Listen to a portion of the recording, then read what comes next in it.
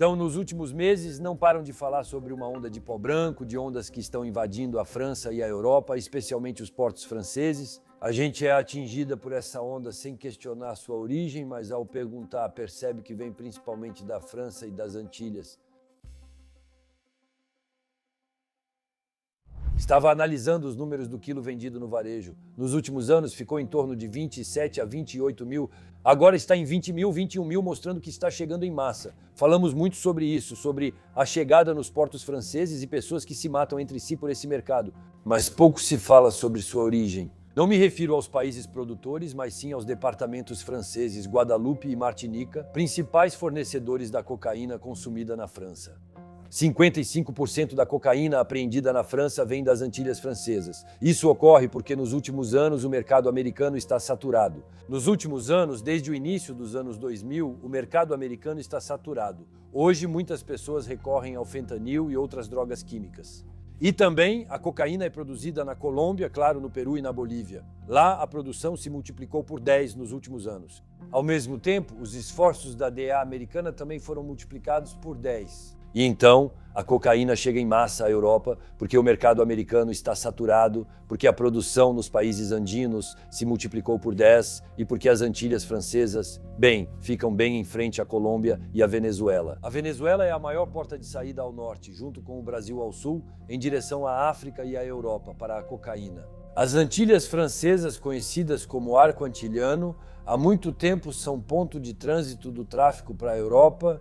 Com a explosão do tráfico, isso se refletiu nas Antilhas. As consequências são visíveis, com apreensões aumentando, como os 160 quilos apreendidos recentemente na Cité Balzac, em Vitry. A Cité Balzac foi um dos principais locais de assaltos armados na região de Paris. Com gerações de assaltantes desde os anos 60, eles claramente mudaram de ramo, porque agora eles tinham recebido 160 quilos de cocaína, como a gente diz, pura, que vinha da Guadeloupe. Era em um container, uma falsa mudança. Os caras colocam móveis e dentro deles recheiam com cocaína. Recentemente, há pouco tempo, pegaram 300 quilos no porto de Le Havre em um container. Então, lá na Guadeloupe, 500 quilos, 522 quilos apreendidos no aeroporto Marie Scandette. O aeroporto Marie Scandette, de maneira impressionante, estava em meio a condimentos. Normalmente, quando sai de avião, é por mulas, os buleteux, que ingerem até 1 quilo de cocaína no estômago. Dessa vez, eles colocaram isso diretamente em uma carga, um cargueiro, um avião cargueiro. Então era meia tonelada que chegava ao mesmo tempo, uma semana antes, em uma das praias. A gente ainda tinha encontrado mais 500 quilos de cocaína apreendidos pela equipe local do Departamento de Entorpecentes. Então, basicamente, é uma espécie de onda. As apreensões vêm aumentando muito. Em 2022, a equipe local do Departamento de Entorpecentes apreendeu cerca de 1 tonelada de cocaína nos portos das Antilhas. Agora, já estamos em 20 toneladas, eu acho, de apreensão. Então, é monstruoso. E, obviamente, isso provoca uma transformação nas equipes locais. Ou seja, originalmente, os bandidos das Antilhas estavam mais em segundo plano. Eles compravam, mas nunca diretamente dos venezuelanos, colombianos, etc. Eles compravam dos dominicanos, do pessoal da República Dominicana na região, ou do pessoal de Santa Lúcia, ou do pessoal da Dominica. Pegue um mapa das Antilhas, hein? A Colômbia e principalmente a Venezuela ficam diante do Arco das Antilhas, próximo a Guadalupe, Dominica e Santa Lúcia, que são ilhas independentes além da República Dominicana. Eles atuam no tráfico há muito tempo, ligados diretamente a cartéis sul-americanos, venezuelanos e outros. E os franceses, porque aí, ou eles serviam como ajudantes, como responsáveis pela logística desses tráficos, ou compravam em pequenas quantidades, em quantidades menores, dessas pessoas que eram os grandes fornecedores da região. Hoje em dia, a gente percebe que as equipes locais ganharam força e elas mesmas importam maciçamente da Venezuela, Vamos citar um rapaz, digamos Kevin D, sem sermos delatores.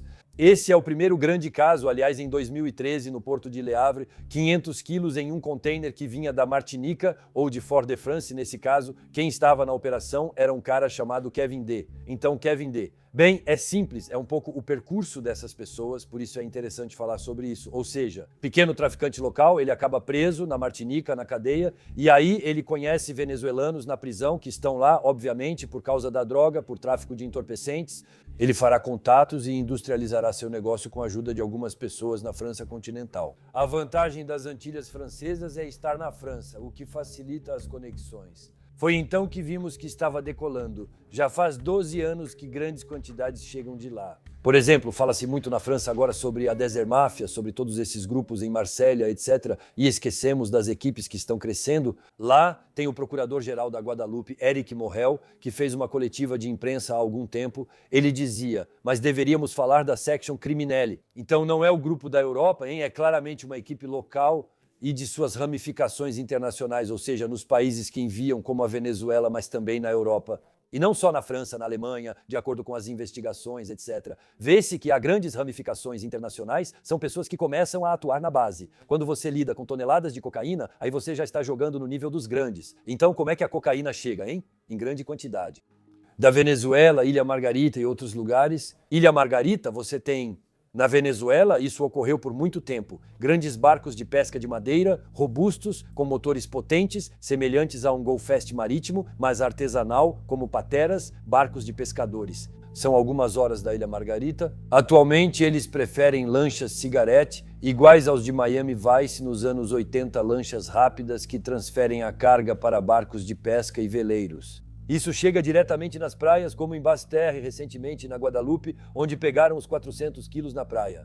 Ou então isso chega de ilhas onde eles fazem primeiro um armazenamento em Santa Lúcia ou na Dominica e depois eles fracionam as remessas. Tudo isso é reconstituído na Guadalupe ou Martinica antes de ser colocado em contêineres. Também há muitas mulas vindas da Guiana. A Guiana antes era o reino dos engolidores de cápsulas, ou seja, nos últimos anos, até 2020, 2022, 2023. A Guiana enviava muitos caras que engoliam cocaína. Tinha voos em que 80% dos passageiros eram traficantes, na verdade mulas. Para resolver, em 2022 implantaram o controle total dos passageiros saindo de Cayena. Ao embarcar, todos são revistados sem exceção ou sorteio. O que eles fizeram? Pegaram o avião com as cápsulas da Guiana, foram para as Antilhas Francesas e embarcam de novo, já que lá não há controle total. Nos voos da Guiana para as Antilhas Francesas não há controle total, apenas no voo diário para Paris. Então é isso. Agora eles também se preocupam com uma onda de mulas nos aeroportos da Guadeloupe e Martinica. O principal vetor são os contêineres que vemos chegando nos portos de Le Havre, Saint-Nazaire, antes em Antuérpia, Roterdã ou no norte da Europa. Esses contêineres saem dos portos da Martinica e Guadeloupe, que este ano iniciaram obras para dobrar sua capacidade, favorecendo os traficantes. O porto de Pointe-à-Pitre, em Guadalupe, movimentava 250 mil contêineres por ano e agora aumentará para 450 mil. Então é desnecessário dizer que vai ser complicado controlar essa explosão comercial. Além disso, consequência pouco discutida é que ouvimos sobre Marsella, Grenoble, Córcega pelos acertos de contas, mas todo esse tráfico crescente nas Antilhas traz aumento da violência armada. Os antilhanos, eles não compram Kalashnikovs, como na Europa, etc. Isso não vem do leste europeu, é um pouco longe demais, então eles compram. Vem do mercado americano, obviamente, e Haiti, República Dominicana, todas as ilhas ao redor. E são calibres da América do Sul que vêm, obviamente, em grande parte dos Estados Unidos. Então é mais AR-15 e AR-16, ou seja, os modelos civis dos M16, todas essas coisas aí, etc. Espingardas também, a tal ponto que hoje em dia sempre ouvimos falar das Bouches-du-Rhône, da Córcega. As maiores taxas de homicídio por arma de fogo na França em relação à população são, primeiro, Guiana, segundo, Guadalupe, terceiro, Martinica. Nem todos os casos são ligados ao tráfico. Há muitas espingardas circulando e as pessoas resolvem esses problemas assim. Ainda assim, o aumento é grande. Enfim, essa explosão de violência armada ligada ao tráfico de drogas é geralmente o resultado esperado quando se lida com milhões, despertando cobiça, ciúmes e gerando confusões e roubos. O tráfico de drogas é, por excelência, o que mais dá confusão.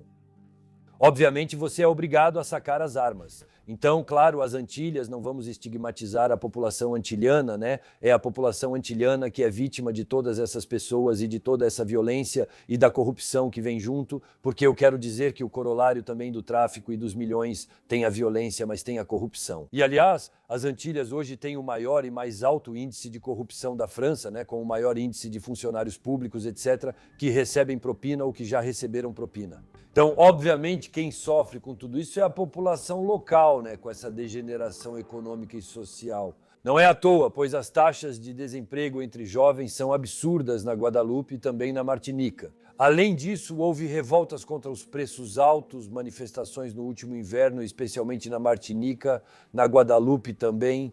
com bloqueios, com ações um pouco mais duras, etc. Porque, de fato, né, os produtos eles são 40% mais caros do que na França continental, a taxa de desemprego é absurda, etc. Então, a vida é difícil. E também não há muito o que fazer em termos de desenvolvimento econômico, é bastante limitado, né? Então, ou você se muda para fora, ou é isso aí. Então, não é uma desculpa, mas, de fato, a criminalidade, de qualquer forma, geralmente nasce das dificuldades econômicas e sociais.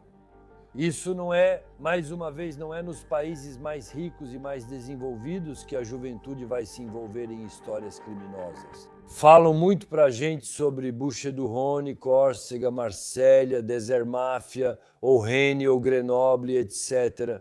Mas então os DOMs, os departamentos, né, ultramarinos, há uma espécie de abandono total por parte dos poderes públicos, até mesmo da mídia, né, que fala sobre isso. Se você não assiste aos canais de ultramar ou aos jornais locais, tem pouca informação sobre isso. Pois é, na verdade, ninguém liga muito, né, para os problemas dos antilhanos. Infelizmente para eles, as alfândegas afirmam que, com os portos aumentando, até dobrando de capacidade, vão instalar scanners móveis para inspecionar contêineres, chamados Sicoscom ou Sicoscan, haverá mais controle. Isso escaneia um container quando ele passa, assim, quando o caminhão passa por esse tipo de túnel, a gente vê o que tem dentro do caminhão. Com 450 mil contêineres por ano, é inviável ter centenas de scanners caríssimos para inspecionar todos eles. Então, mesmo que o escritório, a filial do OFAS, né, o escritório que combate o tráfico de drogas também tenha sido reforçado, acho que eles são 70 e tal, mas enfim, os recursos realmente não acompanham os desafios. Os Dom-Toms sempre foram tratados como o primo pobre da República Francesa. Novamente, não faço política, é só um fato. Eles acabaram um pouco esquecidos, né? São os esquecidos da luta contra as drogas. Isso é realmente paradoxal. É de lá que vem 55% da cocaína apreendida na França. Então ficam falando sobre a luta contra a cocaína, em vez de colocar 200 caras na cadeia, numa prisão onde isso não vai servir para nada, seria melhor enviar recursos para combater o tráfico, o desenvolvimento do tráfico no Arco das Antilhas, é isso. Enfim, não seria um pouco mais lógico? De qualquer forma, quanto mais você vai na origem, mais perto da fonte para parar o fluxo, o escoamento, mais eficaz será. Aqui, a gente não entende bem a situação quando está na França continental. Mas a proliferação de armas na Guadalupe faz com que, na prática, Éric Morrel, procurador-geral de Guadalupe, vejam menores sendo frequentemente pegos na rua. Armados, como dizem os bandidos, ou seja, com pistolas automáticas na cintura, ele vê cada vez mais fuzis de assalto, armas de guerra, além da tradicional espingarda de caça que servia para resolver as brigas um pouco alcoolizadas do sábado à noite. Não, agora temos pessoas que invadem casas de família. Houve assassinatos com crianças, a esposa, enfim, coisas que não víamos antes. Então sim, há uma espécie de situação com gangues que começam a aparecer e que são ultra profissionais, cheios de dinheiro, super armados. Então todo mundo é isso. A Martinica, a Guadalupe, não são só praias ou aquela pequena delinquência de que sempre falam, dizendo que tem um pouco de delinquência assim, que é só um trombadinha que vai roubar sua bolsa na saída do aeroporto. Não é isso. E além disso, como há cada vez mais armas, também tem caras que começam a fazer assaltos à mão armada agora. Porque, obviamente, eles têm armas. Eu não estou no tráfico de drogas, mas posso conseguir uma arma mais facilmente porque circula muita arma.